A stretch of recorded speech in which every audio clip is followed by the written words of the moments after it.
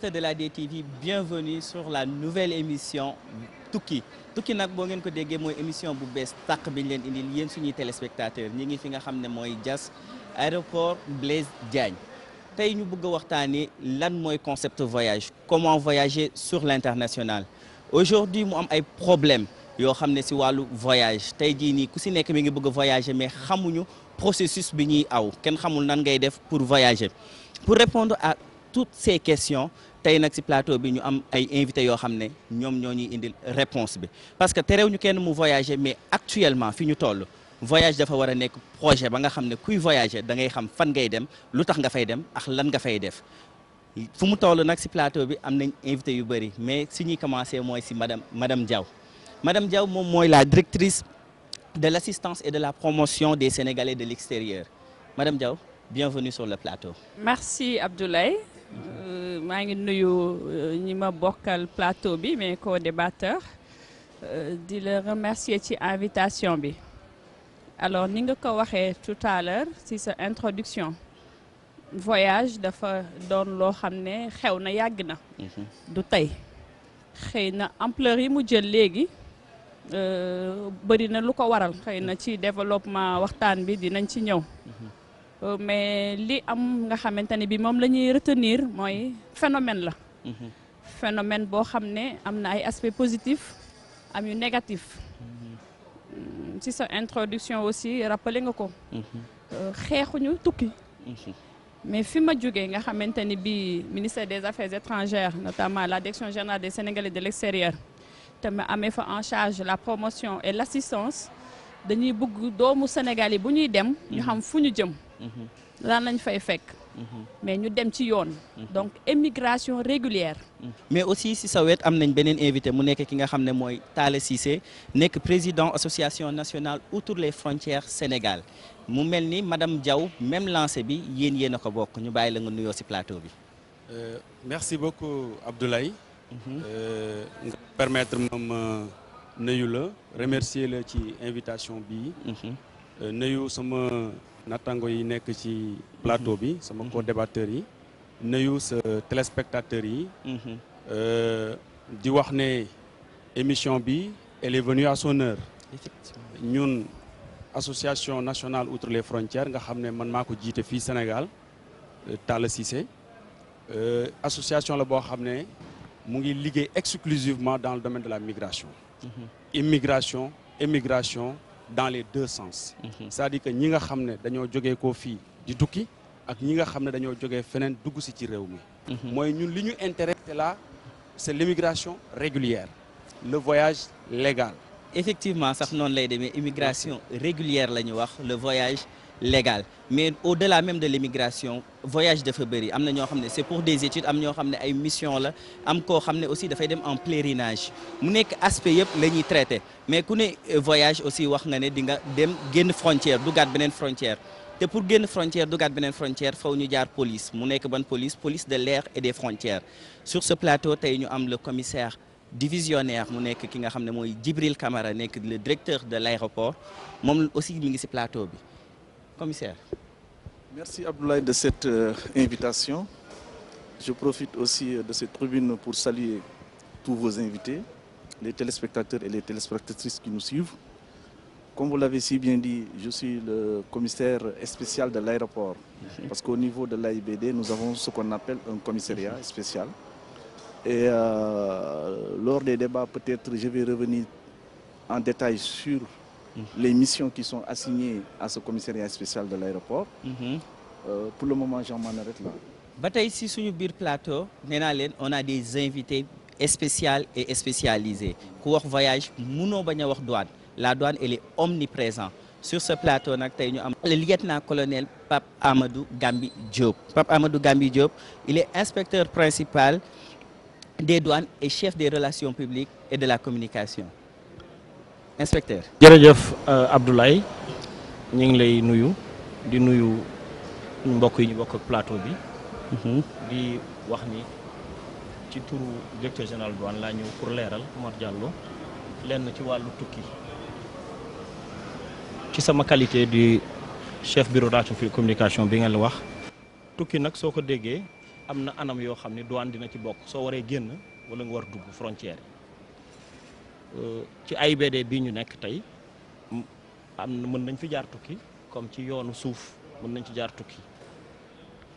mën nañ jaar tukki itam ci yoonu ndox waaye pour ñu nuyoo daal xam ni dispositif bi douane teg yàgg na sooy tukki am na lu la war sooy tukki am nga loo mën yóbbu sooy tukki yow sa wàllu bopp mën nañ la laaj itam yenn këyit yi wala yenn documents yi loo xam ni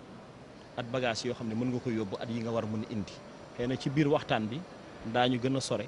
pour mën développer lan la ñuy tere lan la ñuy waajal ak naka lañ koy defee pour nit ñi ñu gindi leen ci loolu. wax na ko dëgg si biir waxtaan bi dinañ gën a développer nan la ñuy tukkee ñi ngi fi nga xam ne moom mooy aéroport international Blaise Diagne AIBD bu Diass le débat est campé le cadre ne trahit pas. Première question bi madame Diaw yaa ko moom ban condition nga war a remplir wala nan la ñuy def pour bien voyager. jërëjëf Abdoulaye yan condition la ñuy voyager wax nga ko tout à l'heure voyage yi dafa bëri ay façon kii dem mission kii dem rejoindre famille wam kii dem pour voyage touristique kii dem pèlerinage ku nekk ak say conditions particulières donc li am solo mooy nga xam déjà li lay tax a jóg donc ci façon voyage yooyu boo ci xamee bi ci doon sa itte ba pare ci boobu nag ngay demee suivre conditions yi ñu teg pour type de voyage boobu su ma ci bëggee ñëw dañ fiy yendu parce que plusieurs types de voyage et voyage bu nekk ak conditions yi nga xamante ni bii moom lañ ko teg peut-être nga may ma rek ma leeral tamit que si loolu dañu si solliciter très souvent xëy na si deuxième question bi la mooy yi ñuy jànkonteel parce que ñun ministère des affaires étrangères amuñu mainmise ci projet wu voyage yu nit ki c'est un voyage projet personnel la moo tabax kër ñoo yem moo jënd oto ñoo yem mais et cetera projet nga wax donc du lu ñuy jël du jour au lendemain ñëw rek ne damay voyager mais da nga koy prévoir voilà léegi nag ci prévision yooyu nit ki nga xamante ni bii moo am projet voyage am moo koy mûrir en général nag mun nga consulter si sa conception projet nga consulter un spécialiste xëy na ñun spécialiste lañ ci pays d'accueil yi nga jëm su fekkente ne kii voyagé ñëw na rapproché wu la direction générale des Sénégalais de l'extérieur ne dama bëgg a dem Allemagne mun nañ ko ne Allemagne de seen ay loi lii la dëkk ba opportunité ya lii la fa offrir et cetera mais ki nga xam ne dafa déparé këram jënd biyam dem si consulat ba ñaan visa wala ban façon la amee possibilité dem jaar aéroport jël avion dem amuñu ci mënuñ si intervenir ñun xëy na nag sénégalais ba mu doon dem à l'extérieur nga xam ne ci suñuy mission la bokk à travers suñu mission diplomatique consulaire yi muy MDC yi ñun foofu dinañ intervenir naka la ñuy intervenir aussi c'est très important parce que sénégalais bi dem wàcc Italie demul si consulat bi wala mu dem si ambassadeur ba ut carte consulaire pour wane ne moom sénégalais la dugg na ci dëkk ba ñun am duggagul ci suñu champ d'intervention parce que ki ñu mën a xam wala ñu mën a intervenir ci moom mooy sénégalais ba nga xamante ni bi ki fa toogal Sénégal xam na ne dugg na fa ñu identifier ko xam ne ne ñëw na muy carte consulaire bu muy am sénégalais yu bëri nag dañuy dem ci dëkk duñu dem ci consul ba duñu dem ci ambassade ba xëy na am nañ seen ay raisons parce que ñu ci bëri ci laqatu bi parce que soo duggee ci dëkku jàmbur de manière irrégulière en général da ngay jàpp ne xëy na soo demee ci mission consulaire ba wala ci ambassade ba et cetera ñooñu dañ lay dénoncer et may profiter ce plateau bi di leen rassurer l'État du Sénégal nekkul ci disposition wu xeex tukki comme ñu ko bëri di xalaate nekkuñu aussi ci disposition suñu doomu réew yi nekk à l'étranger ñu leen di delloosi ak avec la complicité des Européens nit ñu koy taxé c'est loin d'être la vérité beneen bi nga xamante ne bi aujourd'hui nekk nañ ci et puis instruction du président de la République la mooy le cas de la Libye ci tukki bi mënuñ ci wax toog ci plateau bu mel nii te duñu évoquer tukkiwu Libye bi xale yi Abdoulaye ni ñuy daj pour jaar corridor Dakar Sénégal Libye bi désert bi bu ñu ko dajee fii dinañ réussir parce que olof yi dañuy wax toq moo gën yuret tox moo gën yuréet boobu nag dee yi am ci famille ci àll bi te famille nekk ay complice je le dis je le répète famille complice lañ parce que ñun cas yi ñuy recevoir bu sa doom demee ba gisatoo ko nga ñëw direction générale des Sénégalais direction ne gisatuma sama doom bu ñu lay questionné ci entretien bi ñuy am ak yow en général parent day wax dama jaay sama nag dama jaay sama fas dama tegg sama nag dama jaay sama or je pense que nag jël xaalis bu tolloon jox sa doom pour mu xaru ji c'est le mot parce que fi muy jaar ba dem nit bu fa jaar bu dellu siwee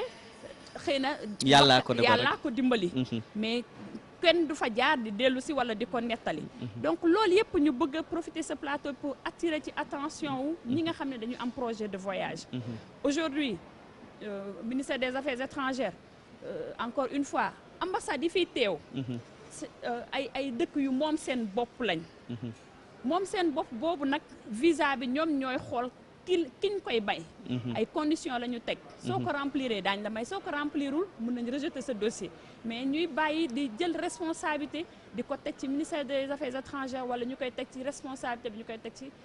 état wu Sénégal c'est pas le cas. ay responsabilité partagée sax lay doon madame Diaw parce que loolu moo waral plateau bi boo ngeen gisee ñu wut ay spécialistes yëpp teg leen fi parce que aujourd'hui terewuñu ko tukki ku am possibilité dem tukki mais na nekk ci condition yu leer na nekk un voyage régulier parce que tey jii nii man sax bëgguma ñuy wax immigration clandestine parce que dafa péjoratif mais immigration bu régulier mais aussi kiy dem am na ci responsabilité yéen ngeen créer beneen association muy outre les frontières yéen ngeen gëm ne frontière barrière douanière barrière policière benn barrière waru leen tere nit ki mu voyager volonté personnelle la bëgg na ko mën na ko daf koy def comment vous voyez tey jii di problème yi nga xam ne nit ñi ngi jóge seen dëkk di ko dem Talla Cissé. je pense que li nga wax lu am solo la li ñu ko gisee lu simple la boo déggee ñu ne association nationale outre les frontières su ñuy wax migration ñun la loolu dafa am ay tegtal yu wóor que ne boo xoolee que ne boo demee li ñuy wax Union européenne ci projet bi ñu am ñoom teg benn espace de libre circulation des personnes et des biens ku ne xam na ne loolu facteur de développement ku ne xam na ne boo demee aussi ñu ngi wax les États-Unis d'Amérique tey ñu ngi wax CEDEAO ñu ngi wax Union africaine donc gis nañu ne frontières yi ay limites la ci processus de développement donc la migration c'est une opportunité pour nous dañu gis ne il faut que ñu travailler à avoir une société ouverte diversifiée mais que mu am brassage culturel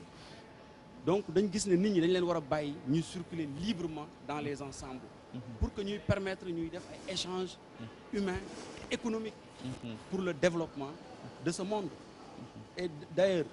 fii ba àddunay tukki il y aura de la migration d'ailleurs vouloir dire même que migration dafa war a jeex pour man c'est irréaliste et voire même dangereux parce que la migration dafa amal njëriñ tey pays de départ bi comme pays de transit bi comme pays de destination et loolu bu ñu xoolee tey li nga xam ne tey Sénégal am na ay richesses yoo xam ne nii ñi nekk ci àll bi dugal nañ ko ci réew mi en termes de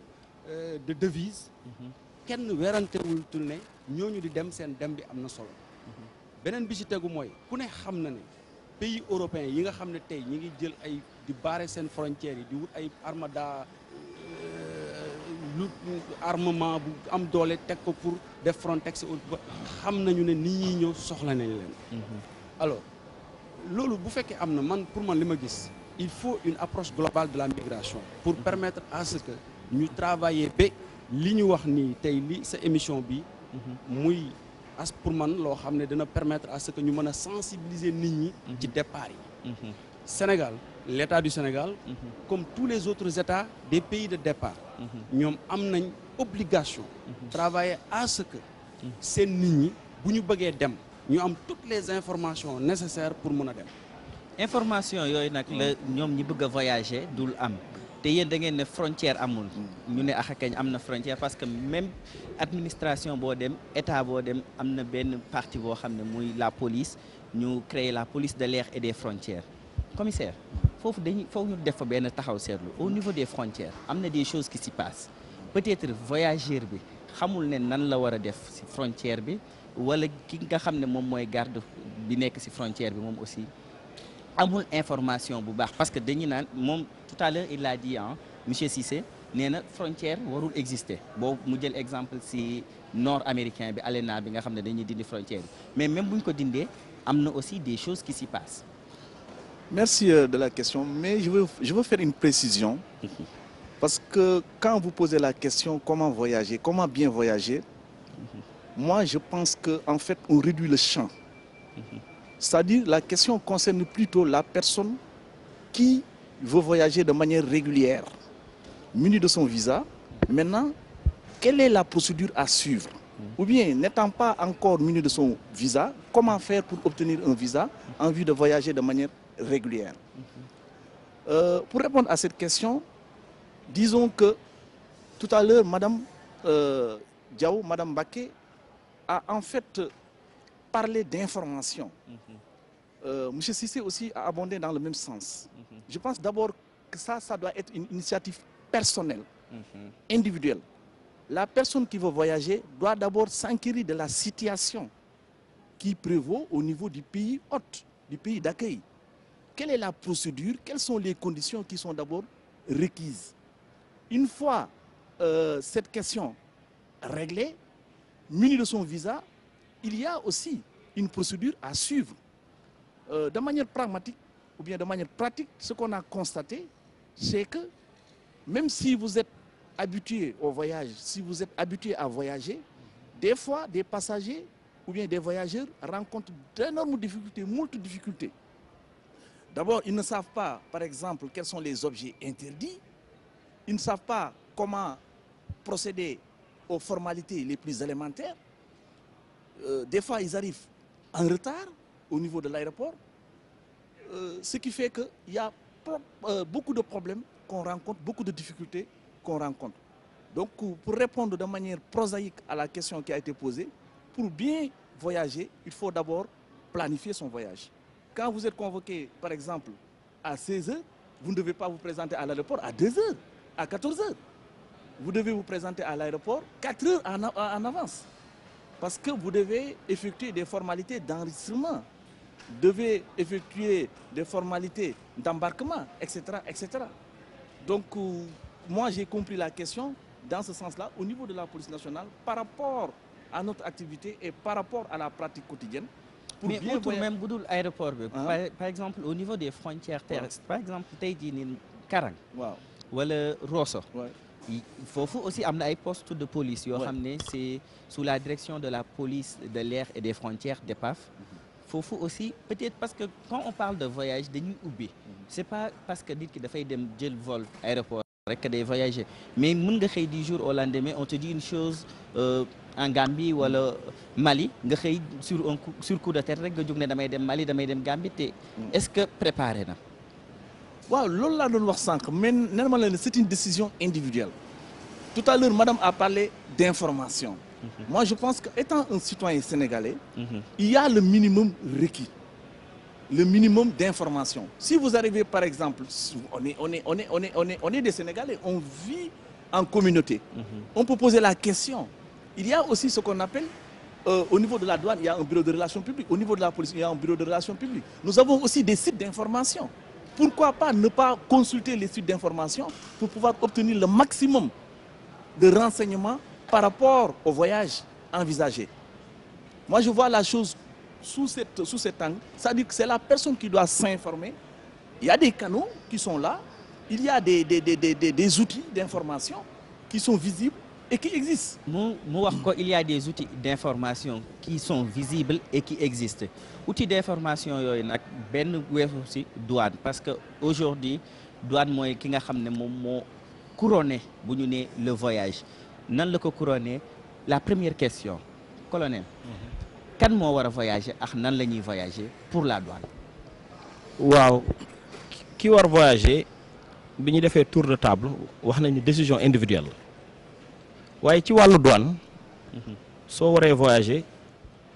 nit ki ci bopam mën na and ak bagage parce que suñu né douane marchandise yi ñoo gëna tax. Su dé aéroport la, am nañu point d'information ci site internet, am nañu point d'information fixe mi ngi nii sax ci ginnaaw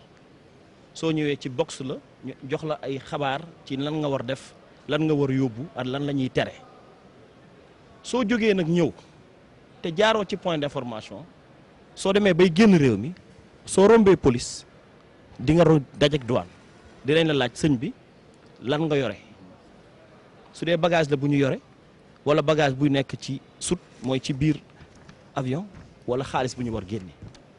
loolu ay information la mën nañ la ko jox soo toogee nga soo ñëwee ci bureau yi soo ko laajtewul ba foofu nag dafay mel na yow yaa ngi song loo maîtriser wul mën nga dem ci site yi su dee itam ci frontières yi la damay rappeler rek ni fépp fu police des frontières nekk douane ngi ci wetam. am na sax programme boo xam ne organisation internationale des migrations tëral na ko nii point de frontière yëpp ñoo ko bokk ba ci yi gën a sore ay Wasadu ay Gurel Umarli ay ñanaaw ñi ngi daje foofu di liggéey kon itam ñu leeral nit ñi ni soo waree dem ba nga am sa passeport wala sa carte d'identité ça dépend ci ban zone ngay demee léegi yow da ngay ñëw ci formalité yi soo ñëwee nga war dem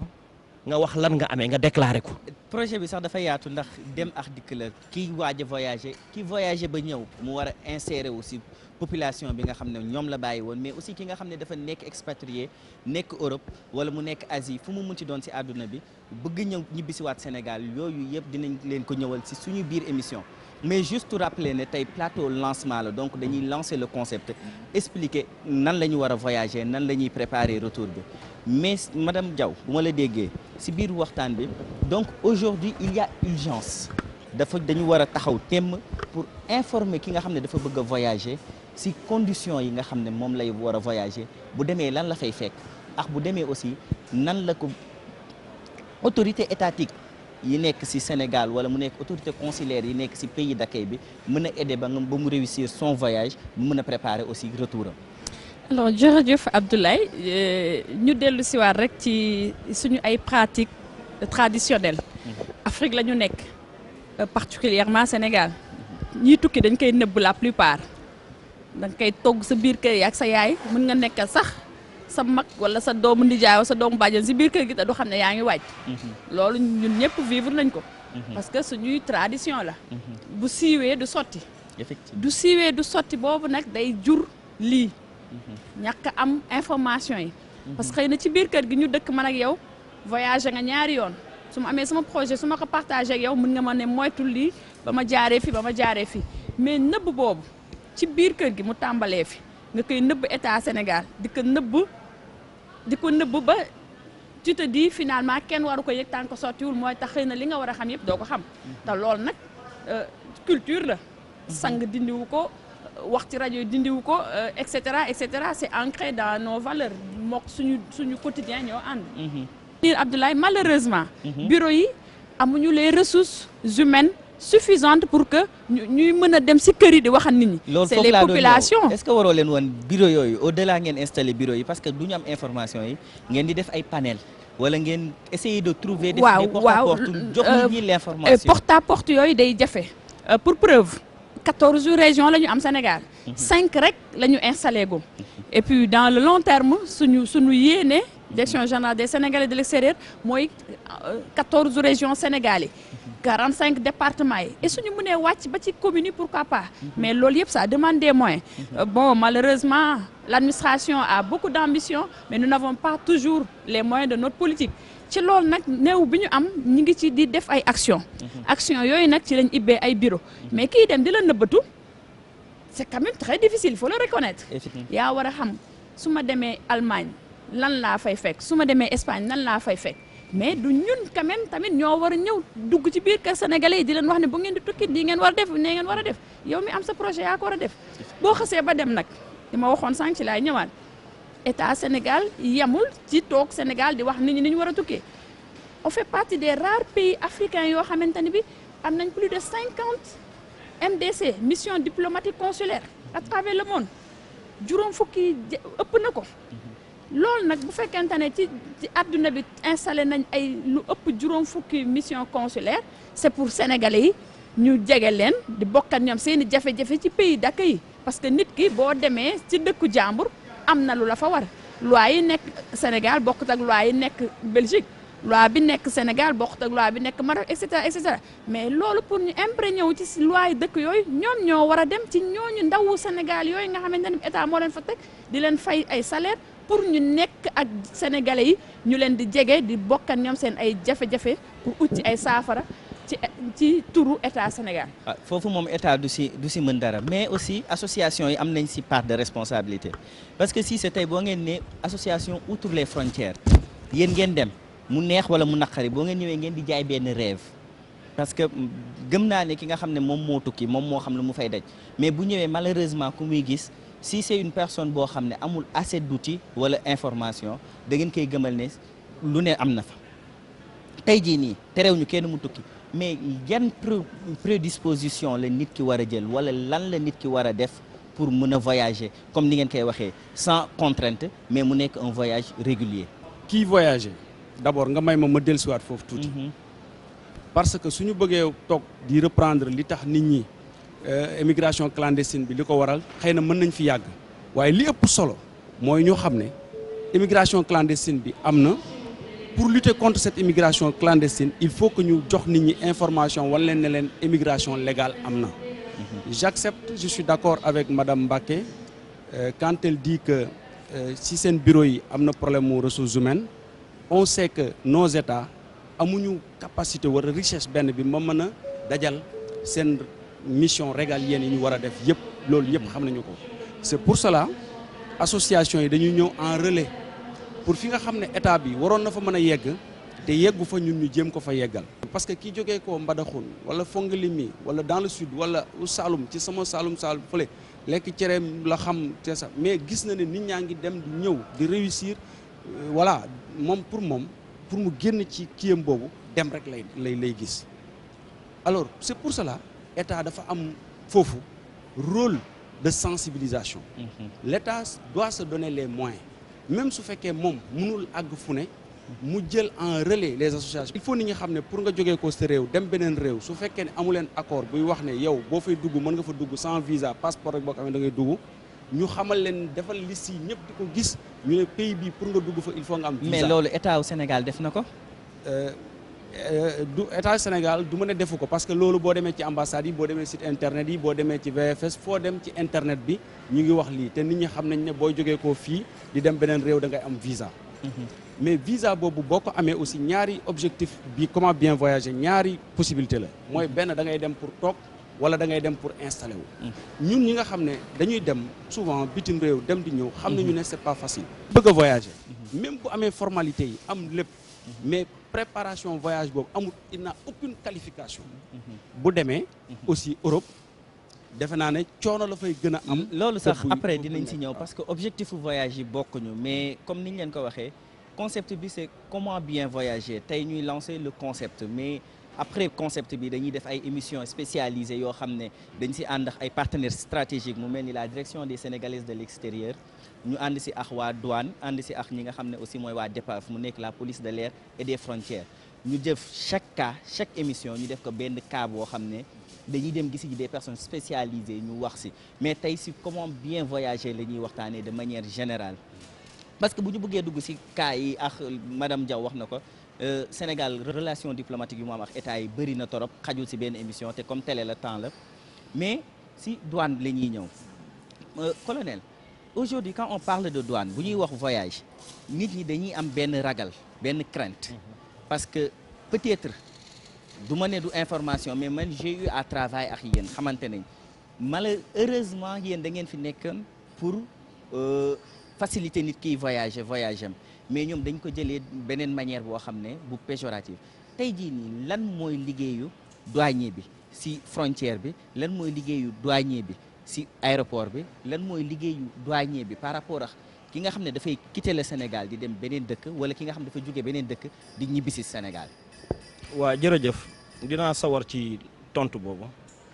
liggéey douanier ci frontière bi d'abord dama lay wax luy liggéey douane mooy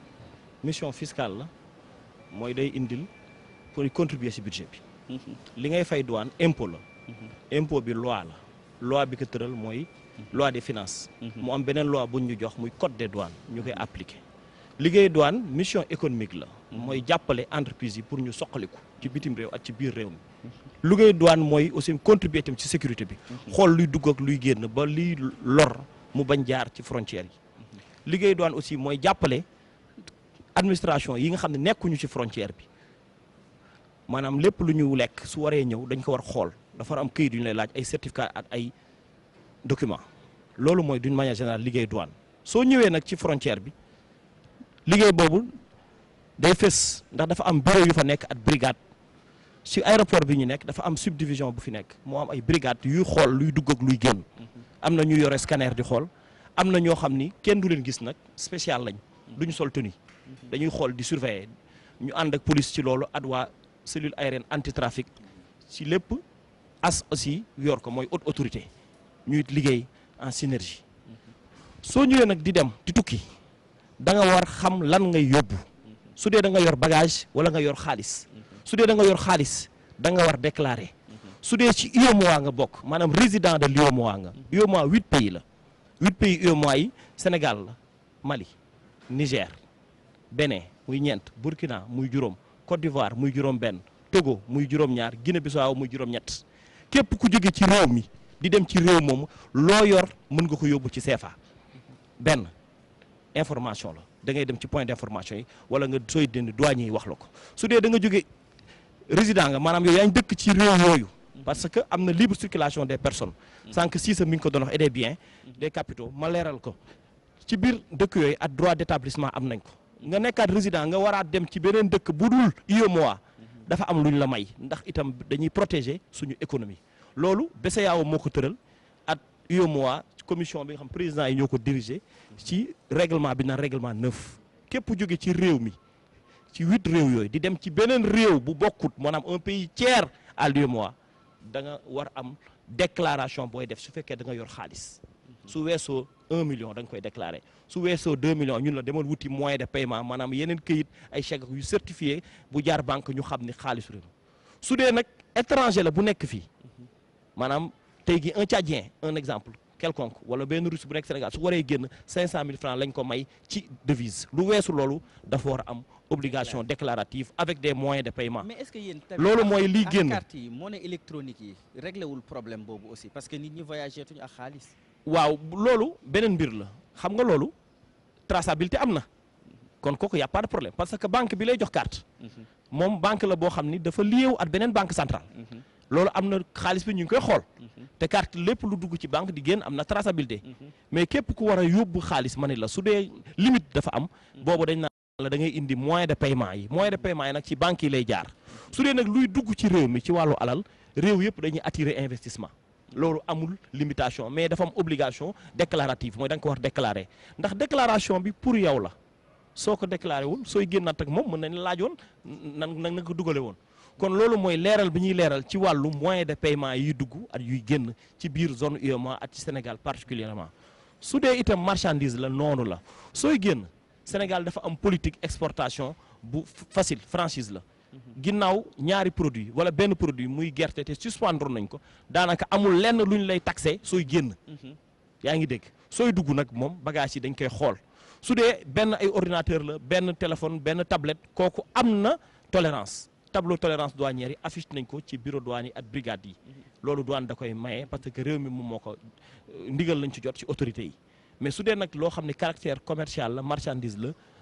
dañ koy xayma ci douane bi bureau yi xool ko nga fay ci li nga war fay. même question bi mooy ñëw si police parce que yéen tey jii nii départ lan moom mooy seen rôle au niveau des frontières aussi ki nga xam ne day voyager ban aide ngeen koy apporter. Merci monsieur Abdoulaye. En fait, au niveau du commissariat spécial de l'aéroport, nous avons 4 principales missions. Nous avons une mission d'immigration. ma fàttali la commissaire ne émission bi dañ ko def si wolof pour bëgg aussi téléspectateurs yi ñu ñëpp mën see jot. ki sori ak ñëpp ñu mën see jot. D'accord. Donc dama doon wax sànq si nasaraan ne commissariat spécial aéroport ñeenti mission la am. Première mission c'est une mission d'immigration. kuy dem war nañoo xool ndax fa muy dem war nañ fa mën a admettre. moom mooy suñu première mission. mission d'immigration kuy dugg Sénégal aussi war nañu xool ndax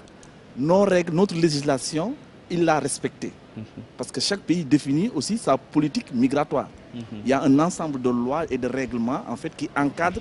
le séjour et l'établissement au Sénégal.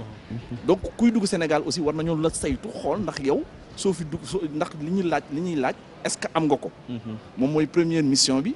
am nañu tamit mission renseignement. ku wax police wax renseignement. Nous sommes l'œil du gouvernement. Donc dañuy renseigner quotidiennement le gouvernement sur ce qui se passe maanaam dañuy jox information gouvernement bi. Nous avons aussi une mission de maintien de l'ordre. ñaanuma ko yàlla problème tey su amoon gis ngeen béret rouge yi fii dañuy intervenir. moom mooy mission de maintien de l'ordre. am nañu tamit une mission de lutte contre la criminalité transfrontalière. Vous savez que bon, nous sommes une frontière loolu nit ñi dañ koy fàtte. L'aéroport c'est d'abord une frontière. Donc ñi fiy dugg dañuy bari ñi fiy génn tam dañuy bari. Micro, te nous sommes dans un contexte marqué par le terrorisme. Donc c'est très normal que cette mission soit dévolue aussi au commissariat spécial de l'aéroport. su ma ko saytoo daal moom mooy ñeenti mission yi. yi ñu décret 71/11 jox. sànq wax nga tamit si sa biir question nan la ñuy def pour mën a dimbale voyageur bi citoyen bi wala kuy ñëw Sénégal. si ginnaaw nii box yi moo nekk sa ginnaaw. box yi fi la ñuy defee formalité yi. on fait de sorte que le passager ou bien le voyageur soit mis dans de bonnes conditions, soit mis dans d'excellentes conditions. Autrement dit, on va lui faciliter le passage. On l'informe d'abord. Si on se rend compte qu'il va rencontrer des difficultés là où il ira, c'est sûr et certain qu'on va l'informer. Je vous donne un exemple terre à terre. Pas mal de Sénégalais pensent qu'une fois le visa obtenu, ils peuvent voyager aisément, facilement. Est-ce que loolu mooy indi cas de refoulement yu bëri sax cas de refoulement yi moom moo koy indi. Par exemple da ngay yor sa visa nga ñëw. Le visa est en bonne et due forme. Ça a été en fait légalement obtenu. Octroyé par une ambassade ou bien par un consulat. nga jël sa vol dem par exemple dans un pays comme l'Égypte. soo fa egsee ñu ne la attention. yow amoo par exemple réservation d'hôtel. Même soo amee réservation d'hôtel xaalis bi nga présenté ça ne suffit pas moom la ñuy wax insuffisance de ressources. bu boobaa c'est un cas de refoulement. Et damay attirer attention publique bi. Attirer attention sénégalais yi ne de plus en plus on constate malheureusement des cas de refoulement ñi ngi commencé di bari ay cas pas d'expulsion mais de refoulement. da ngay ñëw mais duñu la admettre sur le territoire étranger parce que vous ne remplissez pas les conditions requises. Réservation d'hôtel soo ko amul war nga mën a am lettre d'invitation. Quelqu'un boo xam ne c'est un ami c'est un parent moo la invité donc tu vas séjourner chez lui. Il n'y a pas de problème tu vas être admis. Mais soo amul lettre d'invitation wala da nga war a am réservation d'hôtel. Malheureusement Sénégalais yi mën nañu am réservation d'hôtel sax mais duñu am les moyens pour payer l'hôtel. Ça c'est de la fourberie. Mën nga à partir de chez toi nga def benn réservation d'hôtel mais tu arrives par exemple sur le sol étranger tu es démuni, tu n'as pas de moyens. Donc tu es dans la précarité. Et certains États sont très rigoureux à ce niveau-là. Donc de plus en plus chaque jour pratiquement chaque jour que Dieu fait ñun dañuy constater qu'il y a des cas de refoulement. Donc des Sénégalais mais yéen loolu noonu est-ce que tey jii nii au niveau parce que yéen fi ngeen nekk poste bu stratégique la. Voilà. Police ak douane. tey ki nga xam ne day voyager. doo ngeen am ak moom benn waxtaan. parce que 5 minutes boobu ngeen def ak moom war ngeen ko ne lii ak lii ak lii ak lii war nga ko am. mu leer ko ne ak internet nga xam ne da nga koy am fu nekk sa téléphone. nga confirmer benn réservation d'hôtel boo defoon. wala t'as pas assez d'argent nga woote sa gestionnaire compte wala fenn. Est-ce que yéen aussi dina leen di arrivé nit ki ngeen ko informer ko balaa moo. waaw xam nga dafa. parce que bu demee ba embarqué. béy day li ñuy wax béy day weesu mbuus. waaw loolu dëgg la li nga wax nii ça devait être fait ça devait se faire même mais xam nga aspect yooyu peut-être ñun duñ ko mën a jël en compte. D'autant plus que ne ñun li ñuy on se focalise plutôt sur les formalités c'est-à-dire est-ce que nit ki am na visa. Est-ce que nit ki d'abord am na visa en bonne et due forme. loolu mooy suñu mission. su nekkee am na visa en bonne et due forme ñu xam ne visa bi c'est pas falsifié et cetera et cetera on lui met le cachet sur son passeport xam nga li ma wax pour lui permettre d'embarquer. Maintenant moi je encore rebondis sur la question concernant l'information nit sooy dem dëkku jàmbur da nga war a am toutes les informations requises. L'autre jour dañoo refoulé benn xale fii xam nga lan lañ ko refoulé parce que déggu Corée la doon dem parce que dégoût français, dégoût anglais. Et là, sa réservation d'hôtel, plutôt sa lettre d'invitation, quelqu'un l'avait invité, nous établirons le visa, nous défaisons la formalité ici, nous dem Corée du Sud. Puis nous dem Corée du Sud, ici au niveau de l'aéroport, nous posons des questions en français, ils n'arrivaient pas à comprendre, à répondre correctement. Nous posons des questions en anglais, nous ne répondre. Nous séjourner ici. Madame Diaw, yéen ko moom parce que li ngeen di wax nit ki voyager malheureusement doo ngeen ko yëg mais bis bu souci amee bu problème amee si yéen lay daanu Sénégalais de l'extérieur yi à chaque fois dañuy am ay soucis dañuy am ay problèmes tey jii nii ki nga xam ne peut-être voyage am préparé na ko ou pas mais par coup de grâce fexe na ba am visa wam ba jéggi na frontière mais malheureusement mu yegg une fois sur terre étrangère mu am fa souci ban aide wala ban apport yéen direction sénégalaise de l'extérieur ngeen ko mën a defal foofu. Abdoulaye defe naa yow nag dafa mel ne sunu mission yi da nga ko bëgg a gën a élargir defe naa sénégalais bi tukki tàgguwu la nëbb projet de voyage am encore une fois il faut revenir sur ça voyage moo tabax kër wax naa ko sànq jënd oto jënd montre ñoo yem. waaw mais le mal est déjà fait xam nga fu mu toll nii moom. d'accord aujourd'hui le mal est déjà fait comme ni nga ko waxee par exemple su ma jëlee le cas bi commissaire di wax. waaw kii dem Corée. déggoo anglais déggoo tubaab mais dëkk boobu noo fa bëgg a séjourner. ba pare seen làkk local aussi déggoo ko. xanaa kon da ngay tëju ci kër gi nga nekk rek tu me diras que sénégalais yi dañu xarañ bon séjour 1 mois 2 mois mën nañ. dégg langue ba parce que ñu bëri suñu mbokk yu bëri dem nañ ci ay dëkk bañ fay dem dégguñu mais aujourd'hui demeetul noonu temps mi ngi gën di précieux ñi la doon accordé temps di la jàngal langue bi booy egsi parce que pour donner un exemple man depuis plus de 30 ans sama yaay mu ngi dem entre Espagne Sénégal Italie ba mu fay soog a dem déggul woon espagnol déggul woon français mais Europe li mu doonoon ca temps booba doona du ko tey nit ñi amatuñu jot pour te consacrer ne serait-ce qu'une minute. Donc encore une fois le problème d'aller chercher l'information day tegu si waat. nit ki am ambition dem Corée.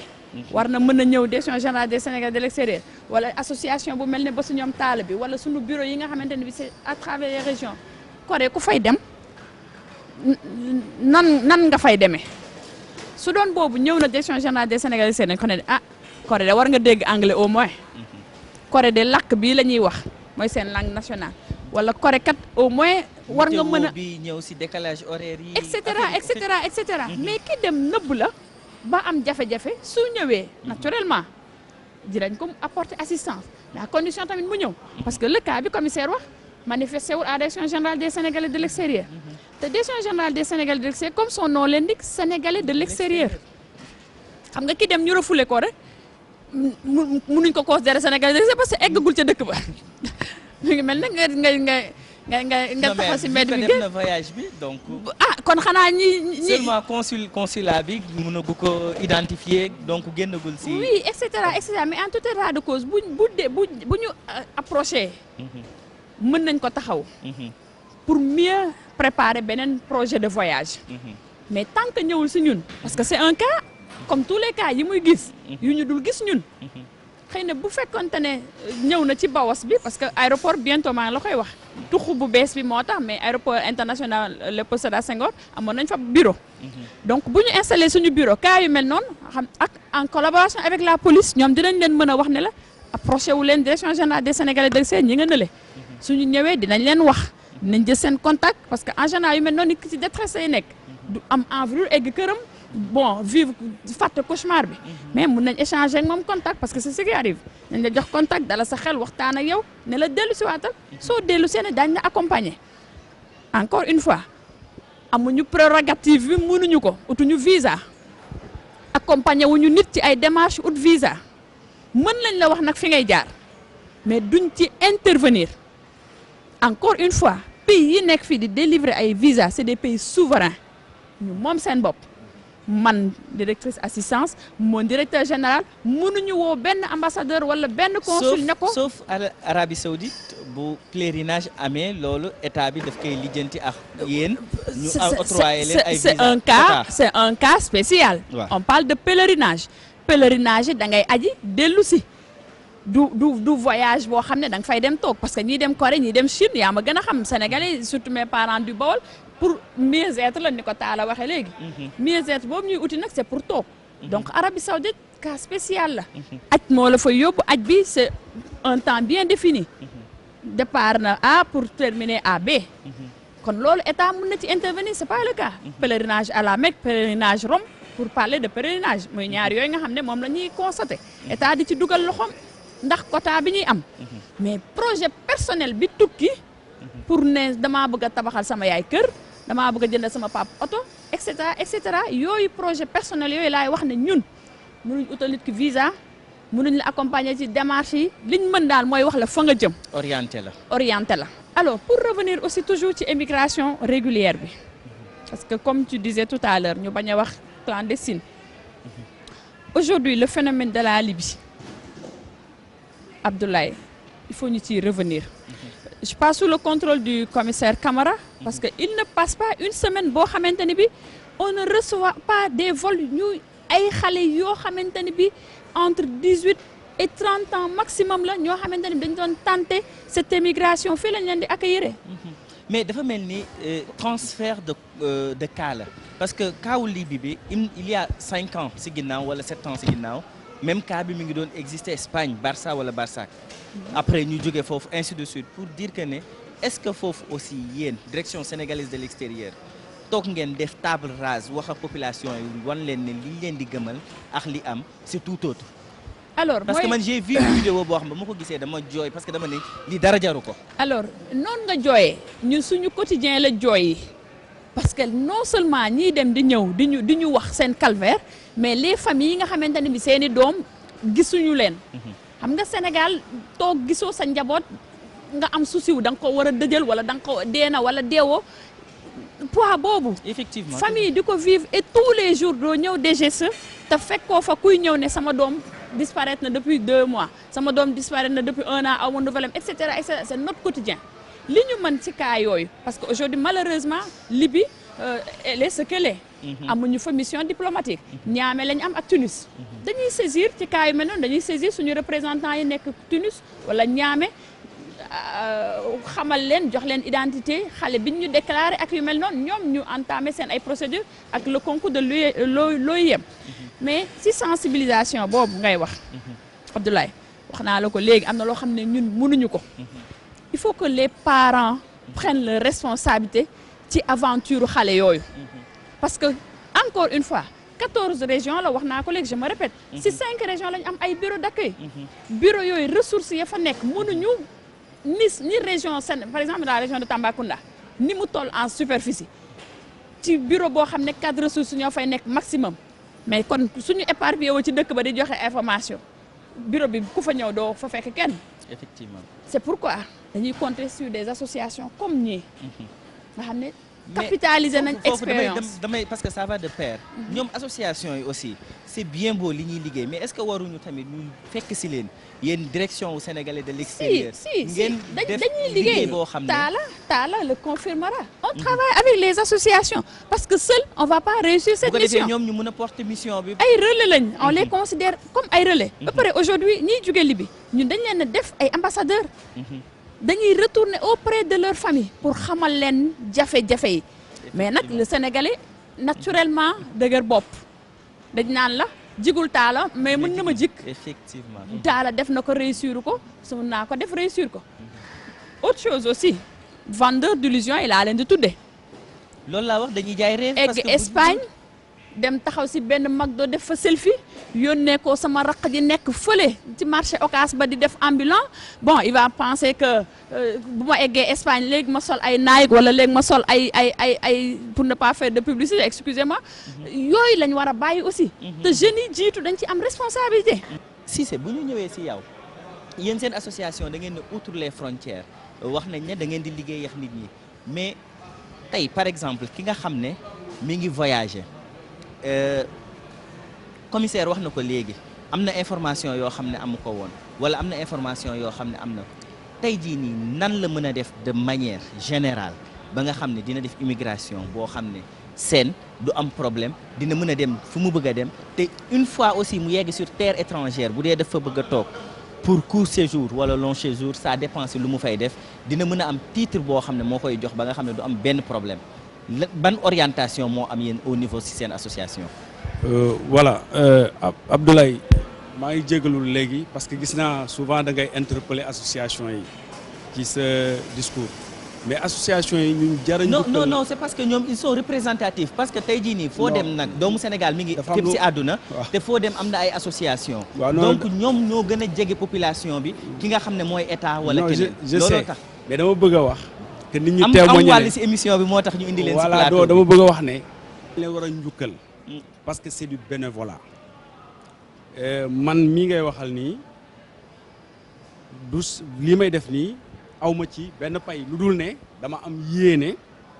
joxe ay information jàppale samay mbokku sénégalais yoo xam ne difficulté yi nga xam ne gis naa ko fële ba bu ñu jaar ci lu mel noonu. mais tu sais baal ma foofu tu sais que le premier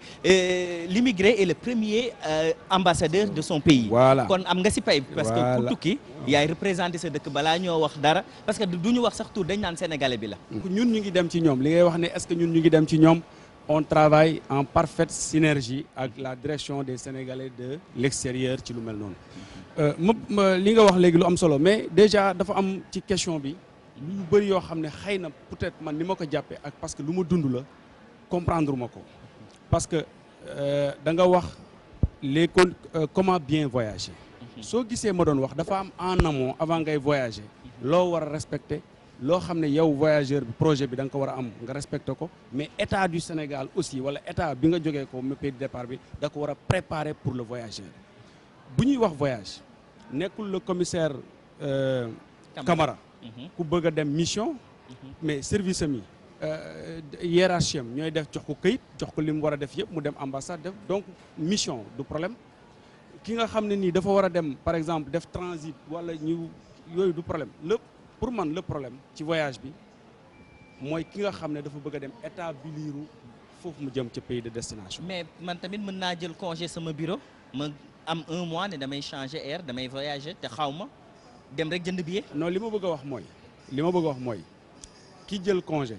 war a dem voyager dem jënd billet moom xam na ne dafa war a dem jëli visa da war a dem demander ci visa et que pour mu dem am visa bu demee ci ambassade ba danañ ko jox benn feuille. boo xam ne dañ koy wax voilà les papiers à fournir pour obtenir un visa touristique donc dafa am parce que boo xoolee ci visa yi nga xam ne ñoom mën nga compter 21 visa yoo xam ne ni ñaar fukk ak benn type de visa yoo xam ne nit mën na ko am pour voyager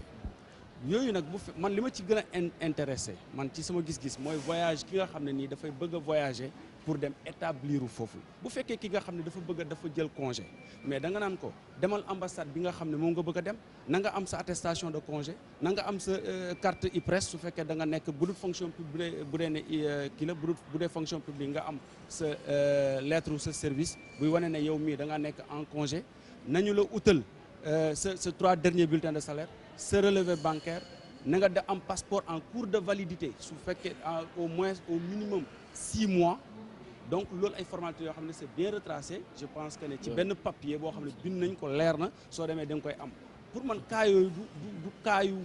kii ñi koy li ci am problème mooy ñi nga xam ne yow nga bëgg a am congé mais nga bëgg a def benn voyage nëbb ko comme ni ko soxna si waxoon am nga fii di liggéey yaa ngi liggéey nga sa service nga am congé nga dem au lieu que nga ñibbisi nga dem ba sa ñu mayoon la 30 jours sa 30 jours yi jeex nga toog et tu tombes dans la clandestinité à partir de ce moment donc loolu aussi beneen étape la boo xam ne kii doon dem dafa nëbboon projet ba muy dem parce que moom bëgguloon dem pour congé mais dafa bëggoon dem pour bu demee daal di toog installé wu foofu ma ne ñi ko bëgg a def il faut les informer que ne loolu ñuy def jaru ko am na yeneen possibilité mooy les visas long séjour de type D boobu nag yi ma ci xam mooy visa de travail am na mooy pour nga jógee ko fii dem fa la liggéey benn am na mën na am aussi nga am visa boo xam ne da ngay fekki sa conjoint muy sa jëkkër wala sa soxna wala nga dem fekki un enfant déjà installé dans le pays de destination donc yooyu ay visa la yoo xam ne mën nga ci am visa long séjour am na aussi ay visa mixte yoo xam ne c'est des visas type D waaye mixte lay doon maanaam visa long séjour temporaire yoo xam ne kii dem dafay dem c'est un étudiant ñu ne un étudiant par exemple visa étudiant concours c'est-à-dire que il faut que nga dem defi benn concours foofu soo ko admet dañuy transformer le visa da ngay mën a am titre de séjour donc dafa am visa yoo xam ne boo demee di nga am titre de séjour am na visa yoo xam ne boo demee mënoo am titre de séjour donc pour man yooyu nit ki balaa muy dem war na ko xam il faut aussi comme ni ko madame Mbacké waxee nit ki projet bi mu wax ko ñu xam ne lii mooy projet bi mais en amont état bi war na ak ñun association ak ñeneen créer cadre yoo xam ne dinañ mun a informer nit ñi ne képp koo xam ne da ngaa bëgg a dem voyager bëgg fa toog bëgg fa liggéey parce que celui qui voyage le migrant a deux statuts il a le statut d'émigré il a le statut de travailleur donc dafay dem di liggéey am na condition préalable yoo xam ne nii war na ko jël fii au niveau. koo leen si ñi nga xam ne tamit dañuy naan mën nañ yóbbu nit jaay leen visa parce que man ba ma ko déggee je me suis dit visa mosuma yëg fi ñu koy jaayee am na si yenn si ay sénégalais yoo xam ne yaakaar nañ ne pour voyager sur l'international rawatina Europe wala Amérique visa dañ koy jënd. D'abord depuis 2002 la ñu installé wu fii on travaille avec l'ambassade d'Italie mooy que ne ñun am nañu confiance su autorité italienne yi ba képp koo xam ne da ngay waxu jaay visa ñun doo dugg ci suñuy bureau parce que ñun xam nañu ne visa nit mën na ko am sans mu jënd ko. ma ñëw si colonel yéen douane am ngeen souci ak ñiy voyager le voyageur en tant que tel mais souci bi ngeen di gën a am mooy commerçant yi commerçant bi nga xam ne tey jii nii am na prêt wala am na leen lu mu am banque musul voyager mu xëy ñëw indi ay bagages am à chaque fois dañuy naan douane dañu am ak moom problème ki nga xam ne tey jii nii dafa bëgg nekk commerce bëgg dem sur l'international lan la war a def. ku bëgg dem mais commerce même parce que si jënd jaay seen déclaration yi foofu nga may ma dugal deux questions parfois day am souci ndax dañuy déclarer dara nga dem ba si biir fuy am nga gis ne mu nekkaat beneen problème. waaw xam nga su fekkee dafa def une fausse déclaration kooku beneen affaire yow soo demee tukki jënd moo la yóbbu woon wala da nga tukki woon ngir leneen nga ñëw nga indaale ay bagages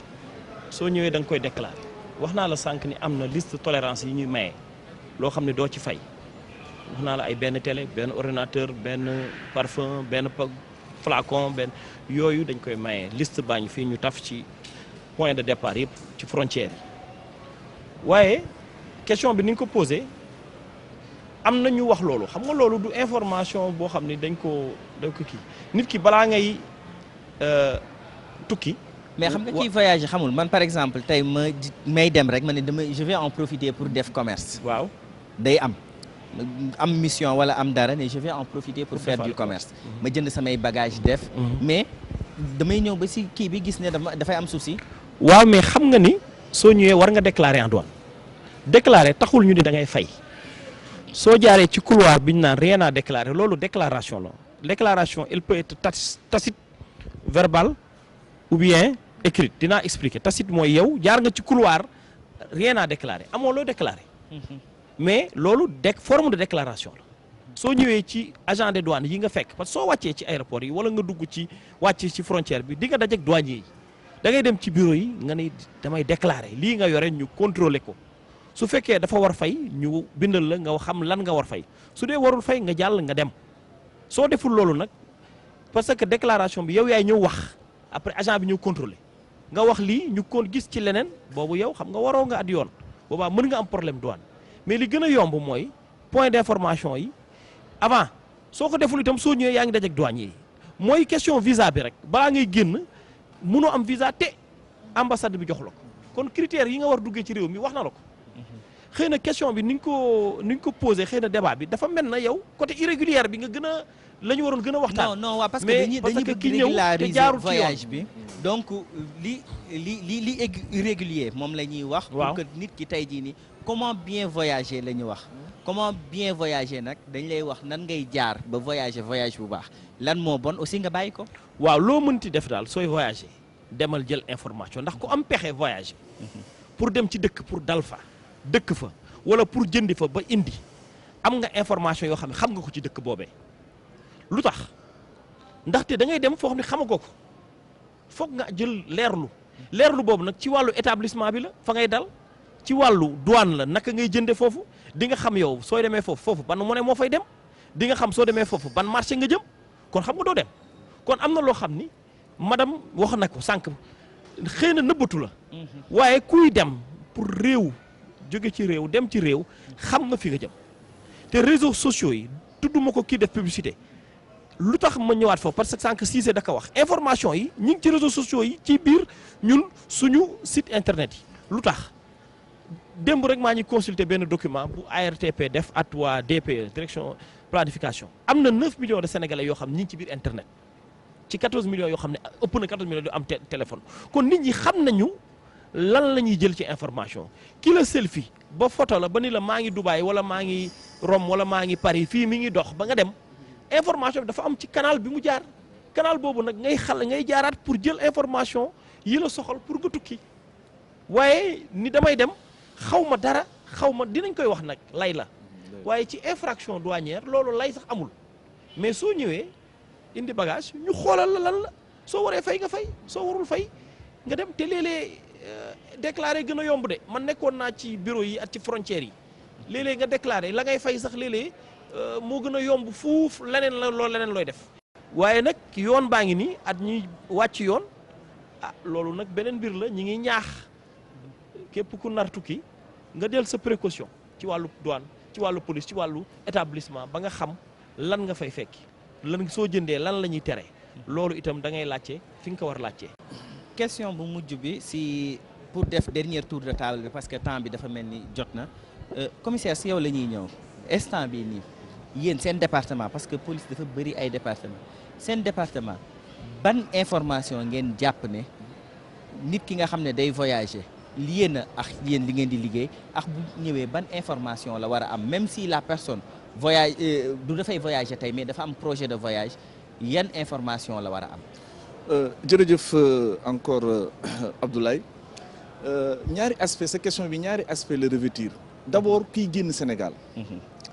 li ñu problème yi ñuy gën a jànkonteel ak sénégalais yi ak certains étrangers sax aussi yu nekk Sénégal bëgg a dem bëgg a quitter le territoire national mooy problème mu li ñuy tere en cabine loolu dina indi ay incidents très souvent parce que on a constaté pour le déplorer que pas mal de passagers, pas mal de voyageurs sont récalcitrants, très rétifs à la fouille ou bien, comment dirais-je, à la palpation. Lan la c'est-à-dire que gis ngeen fii ñaari portique lu ñuy wax PIF portail la boo xam ne dafa am ay rayons X si ngay def sa bagage ñu xool bagage yi ngay yóbbu ndax yow bagage yi ngay yóbbu amul loo xam ne dañ ko tere ndax am na loo xam ne dañ koy tere nit waru ko yóbbu si biir cabine dafa war a jaar donc si portail bi ça permet de filtrer. mais voyage bi du si aéroport rek la ñuy voyager par exemple mën na nekk. non man je suis à l'aéroport donc je ne peux pas parler en fait je parle au nom de ma structure au niveau de l'aéroport par exemple même au niveau des postes frontaliers loolu am na fa léegi ñu ngi installer de plus en plus ñu ngi commencer di installer progressivement ce qu'on appelle les PIF les portails d'inspection et de filtrage. donc loolu lu ñu si jublu moom mooy lan moom mooy bëgguñu nit ki di jël ay objets yoo xam ne dañ koy interdire mu dugal ko si biir cabine. malheureusement policiers yi très souvent dañu di taxer de tous les noms d'oiseaux.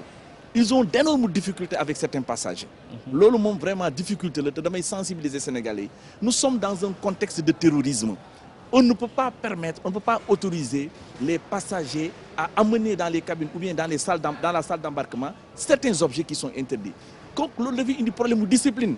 Ablaye problème mu discipline lay indi. parce que man mënuma comprendre Sénégalais bi su demee à l'extérieur dans les aéroports amul benn difficulté il se soumet à ce contrôle mais su nekkee biir Sénégal il refuse tout contrôle de ses bagages. souci boobu sax amoon nañ ko parenthèse la parce que aéroport ba muy doog a ubbi gis nañ yenn acte yoo xam ne yoo xam ne vraiment je regrette pour wax ko mais c'est indiscipliné ndax loolu nit ñi ñëw fi ñu jóge duñ ko def mais mu nekk ci tapis roulant yi mu nekk des choses yoo xam ne vraiment qui reste à désirer. voilà te li ñu constaté du étranger yi ñoom ñooy bañ loolu li ñu gën a constaté mooy sénégalais yi ñooy bañ loolu sénégalais yi ñooy bañ ce contrôle et ce contrôle là c'est pour sécuriser davantage leur voyage parce que sa ginnaaw nii am na loo xam ne dañ koy bañ waroo fa dugal liquide waroo fa dugal aéronef waroo fa dugal kii quoi pour dire ay aérosol ay liquide yooyu waroo ko fa dugal waroo fa dugal des armes waroo fa dugal comment dirais-je des couteaux des objets tranchants tout ça est interdit dans l'aéronef ou bien au niveau de la salle d'embarquement. Mais malheureusement, Sénégalais, ils refusent systématiquement. Des fois, il y a des incidents, mais nous, chaque fois, nous avons des policiers, nous avons bon passager, ce n'est pas un criminel, ce n'est pas un bandit, ce n'est pas un trafiquant, ce n'est pas un délinquant. Mais il faut l'informer, agir avec beaucoup de tact, avec beaucoup d'intelligence pour le ramener à la raison. Lolo aussi, c'est un problème qu'on rencontre. Des fois aussi, il y a des jours où il y a ce qu'on appelle un engorgement. Les gens ne sont pas patients. Déjà, au niveau de l'aéroport, malheureusement, le salon d'honneur n'est pas encore fonctionnel. Ce qui fait que bon, on reçoit pas mal de monde, pas mal de personnalités, et on est obligé de faire un tri, de procéder à des facilitations.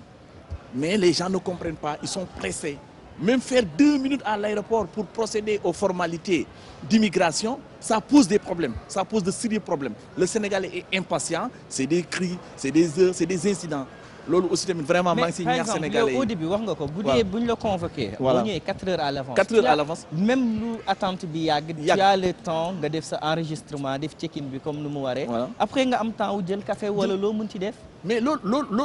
malheureusement problème ponctualité voilà. lay doon. Bon, l'aéroport bi nekkatul Dakar. L'aéroport c'est à Diass maintenant. Bon, Diass et Dakar, bon, peut-être c'est un peu distant. La plupart des passagers viennent de Dakar, c'est vrai. Mais je pense que si on s'y prend à temps, mën nañu ñëw à temps, def les formalités à temps, dem toog xaar. Mais malheureusement, les gens arrivent 2 heures. Man sama rakk da doon voyager keroog 30 minutes avant le ñëw. Ma ne ko après juste 30 minutes avant, juste avant. Ma ne ko non, c'est pas possible. Voyager aller à l'international, c'est pas aller à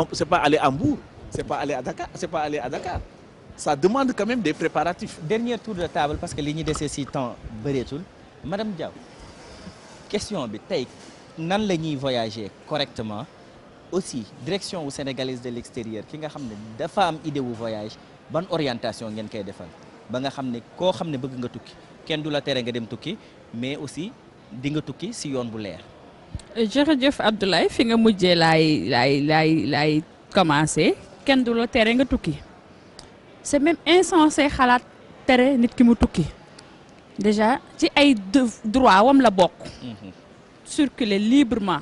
voyager defe naa ci droit élémentaire yi ci la bokk. Beneen bi mooy sénégalais de l'extérieur yi li ñuy dugal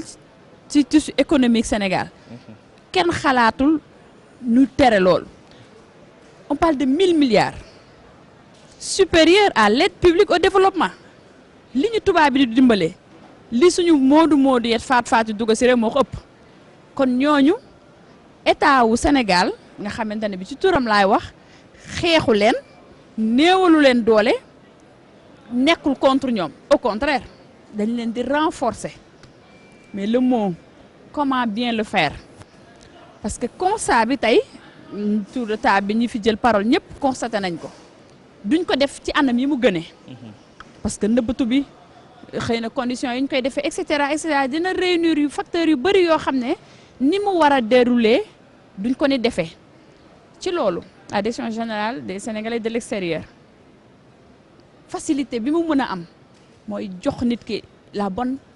information ci pays d'accueil bi pays de transit bi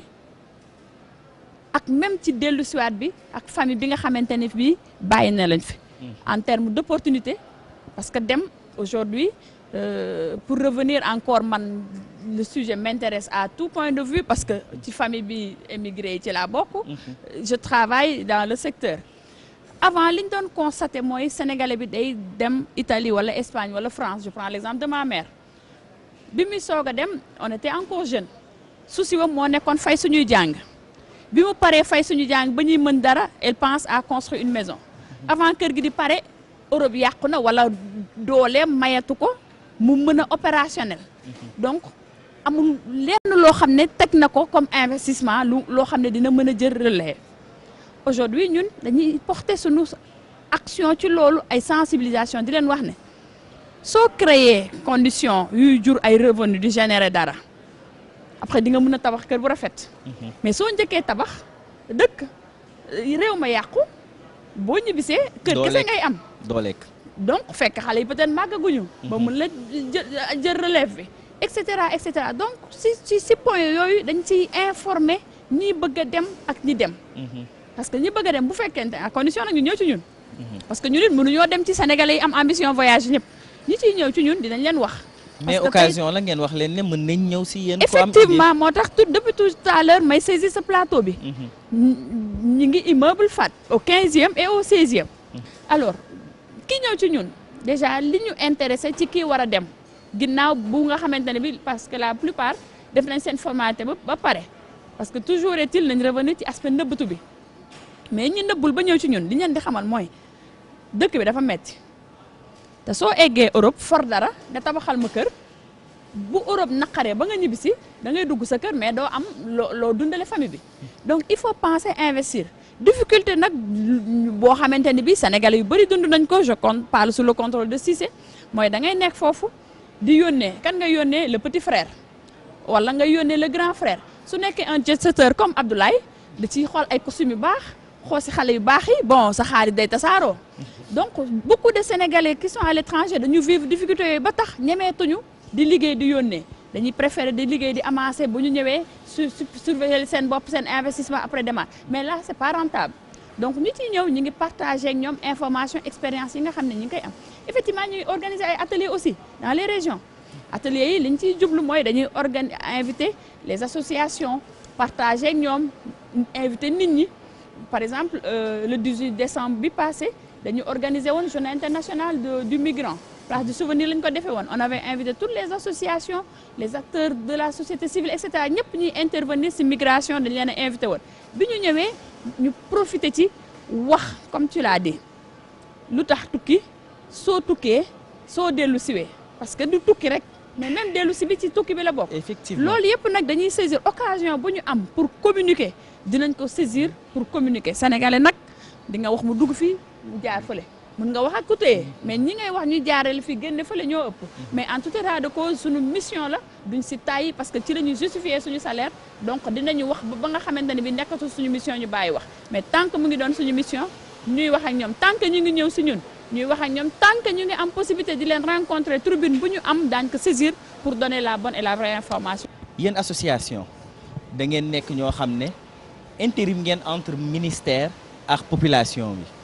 tey jii nii ñu bëri dañuy yaakaar ne sax ministère dafa inaccessible si ñoom si association yi la ñuy def recours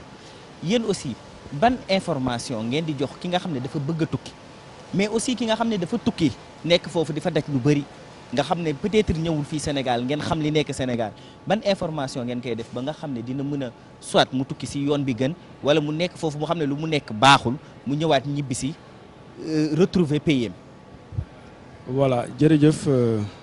je pense que ñaar yi nga wax yëpp ñu ngi ci liggéey bu am solo benn bi njëkk information yi nga xam ne ñun disponible na ci ñun nga xam ne dañ koy joxe. te dañ ci am lu leer parce que on discute directement avec les consulats pour xam li ñu bëgg ak li ñuy nangu ak li ñu dul nangu ku ñëw ci ñun danañ la wax ne boo bëggee tukki il faut nga am visa pour nga am visa pour nga tukki aussi il faut nga expliquer ban voyage nga bëgg a def ndax da ngay dem pour congé ndax da nga bëgg a dem mooy visa touristique wala affaire wala maladie parce que am na ñoo xam ne dañuy tukki parce que visa santé la ñuy wut am na ñoo xam ne dañuy def pour visa travail am na ñoo xam ne dañuy wut visa motif religieux ainsi de suite donc dañ lay wax type de visa yi am wax la aussi nga ne man dama bëgg a tukki parce que lii laa bëgg a def ñu wax la su fekkee da nga bëgg a tukki visa touristique nga bëgg loolu lii ngay wut bu dee da ngay liggéey lii ak lii ngay wut bu dee ne chômeur nga lii ak lii ngay wut parce que dans ces cas là ki nekk foofu ki lay yónnee invitation bi moom mooy def prise en charge bi te dafay wut garantie bancaire auprès des notaires foofu sur place daal di bloquer benn montant ci compte bancaire am pour wax ne kii di ñëw su ñëwee lii lay utiliser fii moom bu jeesee ñëw waa ji dootu ci am accès donc ñoom miine nañu lépp loo xam ne information bu waay soxla pour tukki ci papier formalité soo ñëwee dañ leen la jox ne la type de voyage bii ngay def lii ngay def fii ngay jaar fii ngay jaar ñi nga xam ne ñoo nekk foofu nag te dem na ba xam ne peut-être foofu neexatul ñun li ñuy def mooy dañuy lëkkaloo ak ay ONG yoo xam ne ñoo nekk foofu fi may wax ak yow ni ñu ngi déroulé benn projet boo xam ne guichet wu Dakar ak Kaffrine man maa koy coordonné ñooy benn projet pont boo xam ne ñi nga xam ne ñoo nekk foofu bëgg a investir fii au Sénégal le ministère de l'Intérieur italien par exemple débloqué na ay fonds pour ñoom en relation avec des Sénégalais qui sont ici ñu mun leen financer pour ñu mener benn activité fii waxuñu leen ne ñibbisi leen mais dañ leen mën ngeen toog foofu mais mën ngeen travailler ensemble avec des gens qui sont ici pour que ngeen mën a dérouler ensemble benn projet def ay activités yoo xam ne bis bu demee ba activité boobu sotti kenn du la wax ñibbisil yow sa bopp yaay ñibbil sa bopp. mooy li madame Diaw wax kon voilà. donc pour loo xam ne rentabilité bi daf siy nekk. voilà. colonel ñu ñëw aussi comme même question bi pour ñu tëj tey jii di douane ban information lay jox ki nga xam ne dafa tukki dafa pare pour tukki wala ki nga xam ne dafa nekk Europe wala Amérique wala fu mu mënti nekk mu bëgg ñibbisiwaat ban information au niveau de la douane la war a am ba nga xam ne soit bu dee day dem xam na nan lay def bu dee dafay ñëw aussi xam na nan lay def. waa ñu ngi encouragé képp ku bën ñibbi si investir moo gën loolu moom wax naa la sànq ci wàllu réglementation bi lépp luy dugg ci réew mi muy alal kooku dañ lay laaj nga déclaré ko. amul benn taxe su dee xaalis buñ ciy teg. kon douane dafay encouragé ñii tukki ñu ñibbi si investir su dee nag dañu ànd ak bagage loolu mooy liggéey douane en ce moment yow li war si yow mooy nga déclaré pour nga xam nag laka la am nañu site am nañu numéro vert am na bureau conseil aux entreprises ak facilitation bu nekk ci biir direction bi ñu naan facilitation ak partenariat ak entreprise ndax douane dafa teel a jël ay matukaayam xam ni léegi commerce jënd ak jaay facilitation ak leeral daf koy yombal monde bi sax am na lu ñu naan OMC lu mu créé lu naan accord de facilitation des échanges ba ñi ngi koy appliqué am na ñi ngi waaj a sax dugal benn portail d'information ak waa ministère du commerce pour leeralal nit ñi lépp loo xam ni moom mooy réglementation lépp lu ñu war def mais pour le moment douane moom mi ngi joxe information yi ci sitam ci application bi ak ci numéro vert bi. doon leeralaat lool ci loolu rek pour wane ni ci ginnaaw mission fiscale bi am na beneen mission à caractère social pour dimbali nit ñi pour woyefal leen si pèlerinage woyefal leen tukki yi ci côté itam marchandise yi ñuy indi am na lépp loo xam ni autorité jël nañ ay matukaay loolu itam moo tax ma dugal pèlerinage bi mais incha allah daañu ci gën waxtaan. incha allah boobu moom lu spécial lañ siy def ñu ñëw si commissaire Camara même question bi ma leen wax ñoom ñëpp moom laa lay wax yéen tey jii nii au niveau des postes au niveau de l'aéroport waa DEPAF ban information la ñuy porter à l'endroit de la population mu nekk ñi nga xam ne soit dañuy ñëw wala dañuy dem ban information la ñu war a am nan la ñuy def ba réussir seen voyage. Bon, je pense que ñun tamit à l'image de la douane nous avons un portail d'information nous avons un bureau des relations publiques nous avons des numéros verts donc chaque direction la direction de la sécurité publique la direction comment dire de la police des l'air et des frontières bi ma bokk tamit am nañu tamit ñoom tamit seen numéro vert am nañu aussi tamit suñu site ñi ngi def benn saytu parce que tamit dañu yaakaar ne tey fi ñu toll nii ci monde bi l'information elle est capitale elle est vitale même et que lii am lu bari soo ko gisee tey bi ñu defee le tour de table xam nañ ne pratiquement c'est un problème d'information. Il y a un déficit d'information. Damay joxe un exemple peut-être prosaïque terre à terre moom mooy même le fonctionnaire des fois il n'est pas informé. Je vous donne un exemple des fonctionnaires ont été débarqués des hauts fonctionnaires parce que xamuñu woon ne ñoom ba ñuy génn Sénégal dañoo war a am ce qu'on appelle un ordre de mission. Donc c'est pas le citoyen lambda tout simplement qui est concerné par cette histoire d'information. Qui est frappé par le déficit d'information c'est tout le monde voyager devient maintenant une opacité alors que warul nekk moo tax au niveau de notre direction générale d'abord aussi en particulier au niveau de notre direction la direction de la police de l'air et des frontières nous avons un site d'information qui peut être consulté par tout le monde mais du ma jeexal ça encore wax sénégalais yi comme ni ko madame Mbacké waxee ak monsieur Cissé voyager on n'a pas besoin de payer pour voyager Ablaye léegi li ñu constaté moom mooy de plus en plus des Sénégalais sont expulsés sont refoulés parce que leur visa n'est pas légal te soo leen jàppee indi leen fii soo leen interroger lañ lay wax dañ naan la damaa fay pour mën a am visa te ay millions madame Mbacké la ñuy fay pour am visa millions yooyu xajoon na si ñoom mënoon nañ si investir donc ils sont la proie des malfaiteurs des escrocs de tout acabit des trafiquants qui leur font miroiter des choses yoo xam ne ça n'existe pas et de plus en plus malheureusement nous avons des cas de fraude bu njëkk ba peut-être amoon na waxoon nañ ne Sénégal bon Sénégalais melul woon noonu mais le Sénégalais de plus en plus Abdoulaye vraiment aw ma statistique en tête bi may ñëw je suis venu dans la précipitation mais depuis que je suis là ça fait juste un mois je me suis rendu compte et on a fait le constat que il y a des cas de fraude et des réseaux qui sont tapis à l'ombre et qui tirent les ficelles qui sont en train de se faire des millions au détriment de jeunes Sénégalais. loolu mooy li nga xam ne moom la ñu soxla woon parce que plateau bi loolu mooy objectif bi orienter nit ñi ci seen choix wu tukki mais aussi éviter lépp loo xam ne compromis la ba duñ ci daal madame Diaw wax na ko moom ma rappelé ne moom mooy directrice su service assistance et promotion des Sénégalais de l'extérieur mu nekk ministère des Affaires étrangères ba pare mu waxtaanee lépp loo xam ne mooy condition wu voyage bi sur l'international juste di ko remercier di la wax ne dinañ amaat yeneen occasion incha allah ñu gën a waxtaan si lu mel parce que wàllu voyage dafa yaatu di remercier aussi monsieur Cissé Talla parce que yéen aussi seen association am na utilité nit ñi gis nañ ci seen bopp di remercier aussi le lieutenant-colonel Pape Amadou Gambi Diop parce que ñoom douane dañu yàgg di liggéey ak ñoom te liggéey bi dinañ ko gën a gis yeneen émission yi ñëw dinañ gis yeneen liggéey yoo xam ne dinañ ci ànd ak waa douane di remercier aussi waa DEPAF mu nekk direction des Sénégalais mu nekk direction de la police de l'air et des frontières may lay remercier commissaire di remercier aussi le commissaire Abdou